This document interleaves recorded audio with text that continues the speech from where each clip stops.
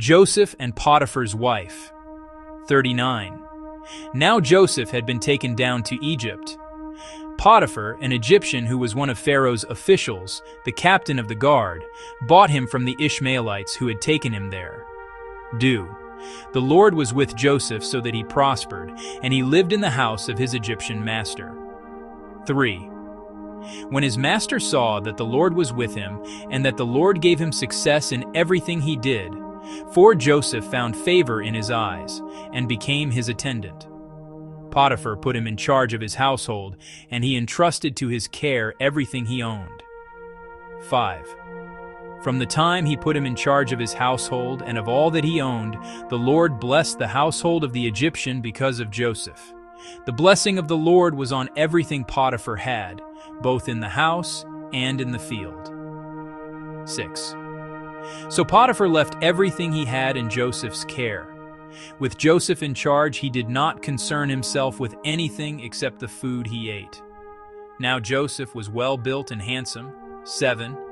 And after a while his master's wife took notice of Joseph and said, "Come to bed with me." 8. But he refused. "With me in charge," he told her, "my master does not concern himself with anything in the house. Everything he owns he has entrusted to my care." 9. No one is greater in this house than I am. My master has withheld nothing from me except you, because you are his wife. How then could I do such a wicked thing and sin against God? 10. And though she spoke to Joseph day after day, he refused to go to bed with her or even be with her. 11. One day he went into the house to attend to his duties, and none of the household servants was inside. 12. She caught him by his cloak and said, "Come to bed with me." But he left his cloak in her hand and ran out of the house. 13. When she saw that he had left his cloak in her hand and had run out of the house.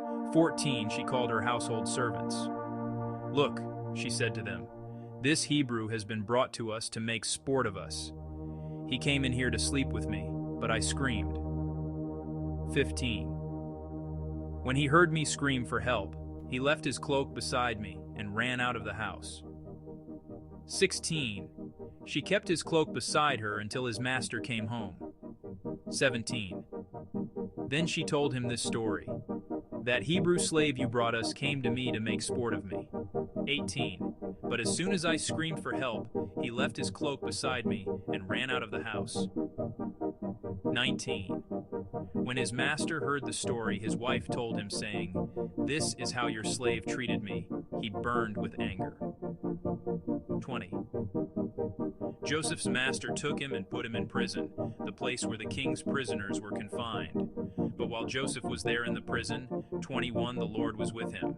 He showed him kindness and granted him favor in the eyes of the prison warden. 22. So the warden put Joseph in charge of all those held in the prison, and he was made responsible for all that was done there.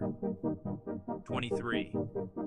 The warden paid no attention to anything under Joseph's care, because the Lord was with Joseph and gave him success in whatever he did.